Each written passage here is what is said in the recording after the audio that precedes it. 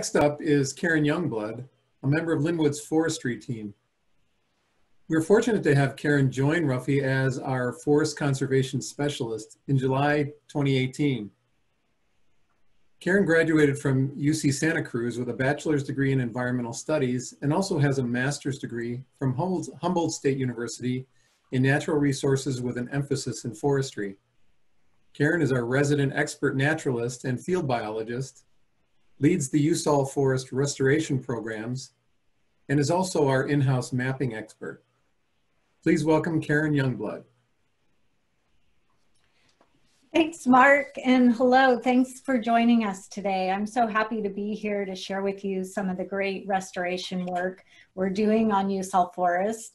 And even though our annual meeting this year is this indoors virtual format, it's a nice opportunity for me to take advantage of being able to share with you some of the maps and photos of the restoration work we're doing. So I'm going to go ahead and share my screen here.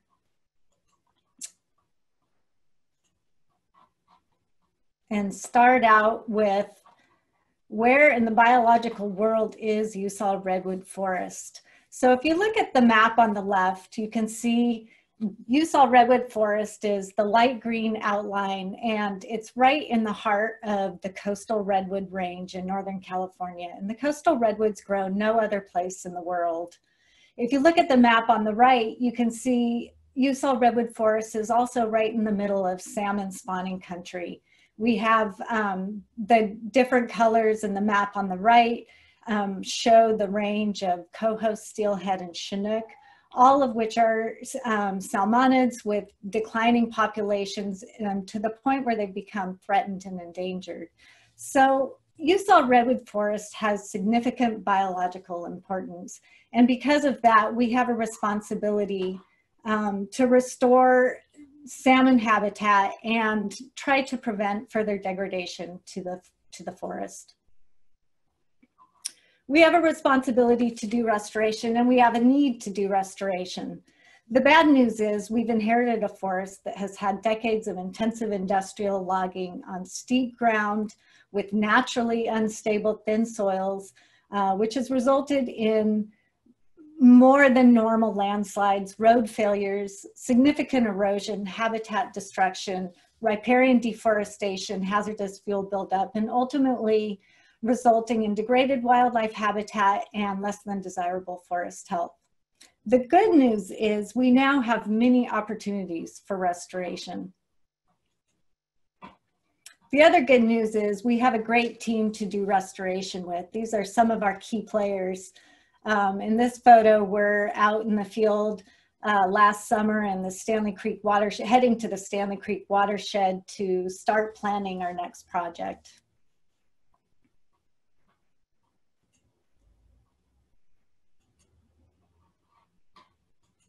Oh, there we go. So this is a list of many of the people and groups involved in almost every one of our restoration projects. So watershed restoration really does take a community, from funders to grant managers, to project managers, to planners, to technical advisors, to biologists, archaeologists, and general supporters. We could not do as many restoration projects and have as much success with completion and quality of work without all of these folks.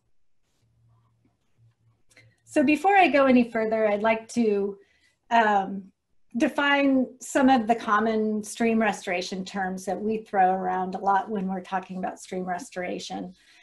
So first of all, salmonids. Salmonids are fish in the family Salmonidae, which includes coho, chinook, steelhead, and trout. And for us, we're really talking about coho and steelhead. The streams on Usal Redwood Forest are relatively small, are smaller streams than the larger rivers, and the coho and the steelhead just love these streams, and they're found in the highest numbers.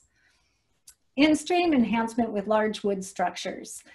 Large wood structures are intentionally designed, strategically placed pile of trees in the stream channels to enhance fish habitat. And they're really the most simple thing, the most important and effective thing that we do to enhance fish habitat. The large wood structures scour pools, they create side channel habitat for winter refuge, they create cover, they sort sediment. So they create a complex of habitat types that are beneficial to all life stages of salmonids. Road decommissioning is often restoration work we do in conjunction with large wood structure installation. And road decommissioning is complete removal of streamside roads, recontouring the hillside with an excavator. And essentially these roads, these streamside roads, are no longer used. They're not maintained. They're failing in many locations along the road surface and causing significant erosion into the streams, which greatly degrades fish habitat.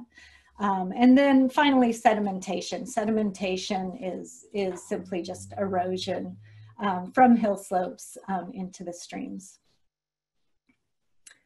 So this map it's pretty busy. There's a lot going on here. And the main thing I want you to notice in this map is the watersheds that are colored in orange and yellow, which have been identified as our key watersheds, priority watersheds for restoration. And these are watersheds where we actually have decent populations of coho and steelhead. And so these are areas where our restoration work will give us the biggest bang for our buck, and we actually have a good chance of recovering the fish populations. The other thing in this map that I'd like you to notice is where we have done restoration. Since 2008, we've been doing stream restoration almost every year. And the areas highlighted in purple are the streams where we've done large wood installations. The areas highlighted in green are where we've done road decommissioning. So now I'm going to show you some of the photos of what restoration work looks like on the ground. In the photo on the left, we have an up-close look at a large wood structure. You can see there's the tree with root wad and all. In fact, root wads are especially effective of doing all the things that we want the large wood structures to do: create pools, sort sediment, and create cover. And you can see the top of the trees on the bank are anchored with the live trees still standing in the floodplains.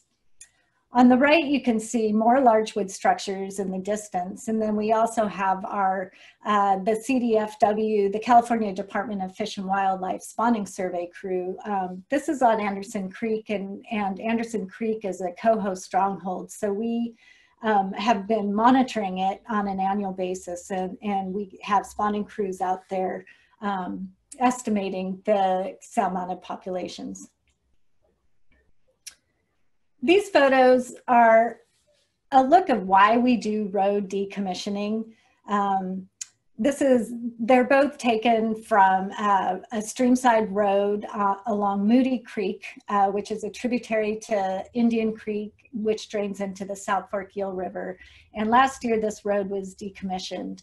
But before it was decommissioned, these were some of the problem areas. You can see in the photo on the left, the big hole in the middle is where the roads failed, and all of that soil has sloughed off and washed down to the stream below. And again, on the right, you can see this redwood has taken root on what used to be the road surface, and over the years has eroded significantly and washed into the stream. These photos show what road decommissioning looks like before and after. So on the left, you have a road right before it's decommissioned. You can look at the stump and use it as reference in both photos. On the right, this is what it looks like after the road's been decommissioned. The hillside's been recontoured. Tree branches are left on the ground to help control erosion before vegetation grows back. And finally, this slide shows work that was done on Soldier Creek last year. This is a road on the left that was decommissioned, recontoured to its slope. And then on the right is a picture of one of the redwood seedlings that was planted every year with our restoration projects. When the road decommissioning and in-stream structures have been completed, we have a reforestation crew who comes in and plants redwoods where they're needed. So we'll continue to do stream restoration projects as needed, but we're also starting to look more at forest health restoration. And especially for us, that means fuel reduction. Usal Redwood Forest is a young forest that's overstocked. We have many areas with really dense, small trees that really need to be thinned to encourage better growing conditions. So we have several projects that we're doing that are fuel reduction projects. One is a shaded fuel break, and a shaded fuel break is, it's not just a total clearing of land to act as a fire break, but it's actually a clearing of the young understory trees and the ladder fuels and the hazardous down fuels along ridge lines, but keeping the larger mature trees, which are fire resilient. And the idea is to have open growing conditions where if there was a catastrophic wildfire, the rate and severity of the wildfire will be slowed down in the shaded fuel break. We also are planning a paired watershed study. A paired watershed study is when you use two watersheds with similar characteristics, and you have one watershed as a control and the other watershed that receives treatment, and then you can test the result of the treatment. And so, for example, we have two watersheds in Stanley Creek watershed, two sub-watersheds, two small drainages draining into Stanley Creek, where the forests are very thick, they need to be thinned, and the stream flow is also very low in the summer. And so what we want to do is propose thinning treatments in one of the paired watersheds and look at the effect on stream flow. And what we're hoping is with our hill slope treatments, we can both benefit the forest, improve forest health conditions, as well as improve conditions for the fish. And lastly, we have this fall, we'll be starting a biochar project. And this is a little different than the biochar work we've done in the past, where this is a biochar in place project where we'll be using kilns to process biochar, portable kilns to process biochar, and then reapply the biochar to the soils. So biochar is essentially charcoal. It's made from burning biomass. It stores carbon because the biomass is not burned to ash. And when it's returned to the forest soils, we will actually be studying the effect on the growing conditions of the vegetation in the area and also on the soils. So this is a picture that shows what one of the portable kilns looks like. This is this kiln is called Ring of Fire. It's 6 feet in diameter. You can see each metal piece is connected together, and temporarily you can dismantle it and throw it in the back of a pickup truck. So we'll have 6 of these kilns at 2 different locations on our forest starting this fall, winter. And we'll be able to process our biomass, our fuel that has built up, that we have staged from our fuel reduction projects, and we'll be able to create biochar and reapply it to the soils and see what happens. So I just want to close with saying Usal Redwood Forest is situated in a special place on Earth. we have a responsibility and a need to do restoration. We have an abundance of opportunities to do restoration, and we have an amazing restoration community to do restoration work with. Thank you so much for joining. And you know, if you have interest and want to hear more about our restoration work, please don't hesitate to contact me. My email is karen@ruffy.org, and I hope to talk to you in the future.